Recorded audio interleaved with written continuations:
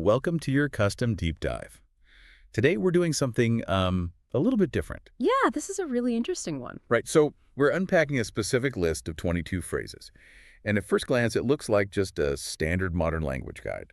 But it's actually not, is it? No, not at all. It basically maps out this terrifying psychological landscape of our relationship with technology, workplace pressure, and, well, our own emotional extremes. It really is a fascinating look at how our vocabulary has evolved to capture the sheer cognitive load of modern life. I mean, it starts the literal moment you wake up to a barrage of notifications. Ugh, the absolute worst way to start the day. Exactly. And the issue isn't just that these alerts are annoying, it's that they immediately hijack your nervous system right out of the gate. Which is, I guess, why it's so incredibly easy to get sucked into doom scrolling, Yes. Because your brain is seeking a resolution to that initial stress spike.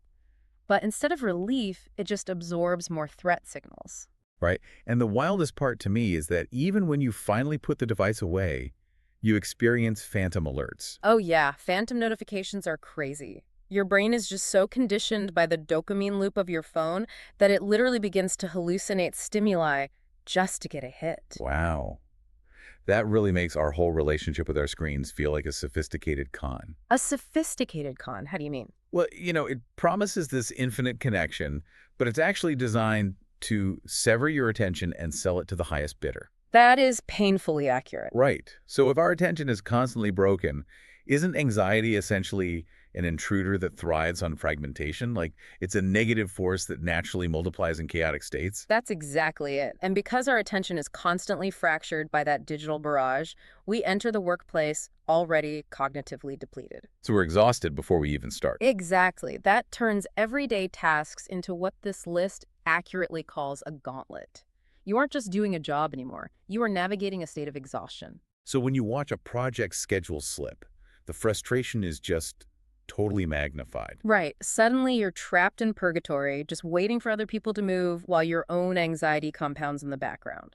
But, wait, let me push back a little. Mm-hmm. Are we really just helpless victims here? What do you mean? Because half of the phrases on this list imply that we aren't just taking the abuse. We're actively playing the game to protect our egos. Oh, I see what you're saying. Like, when faced with that purgatory, people resort to posturing to look busy. Or they just brush off valid criticism to maintain their status. Yeah, that's a very common coping mechanism. Because the ultimate goal for a lot of people isn't just to survive the day. The goal is to obliterate the room. They want to completely dominate the space. Right. We crave control so much that we even adopt tools like serverless architecture just to offload the psychological burden of maintenance. We just want everything streamlined. But playing that aggressive game comes with a heavy physiological cost. I mean, the list captures the sheer environmental whiplash of it all. Like moving from a hyper-competitive boardroom to sitting in dead silent traffic an hour later. Exactly. The human nervous system wasn't built to switch contexts that violently. As a result, your brain stays on high alert, looking for ominous signs that aren't even there.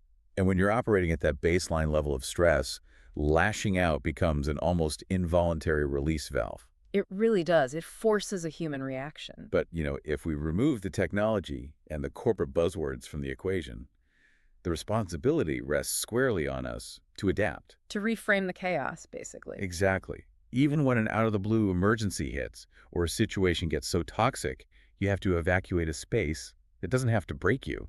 It becomes grist for the mill. You use the friction of the modern world as material for your own resilience. Right. Synthesizing all of this, the vocabulary perfectly reflects feeling at the mercy of a relentlessly demanding world. Where normal, everyday achievements pale in comparison to the sheer psychological effort it takes just to stay focused. Yeah, absolutely. Which leaves you, the listener, with a pretty massive question to consider. Let's hear it. If our everyday, casual vocabulary has evolved to casually include words like doom, purgatory, and phantom, what does that tell you about how completely we've normalized living in a state of constant, low-grade emergency?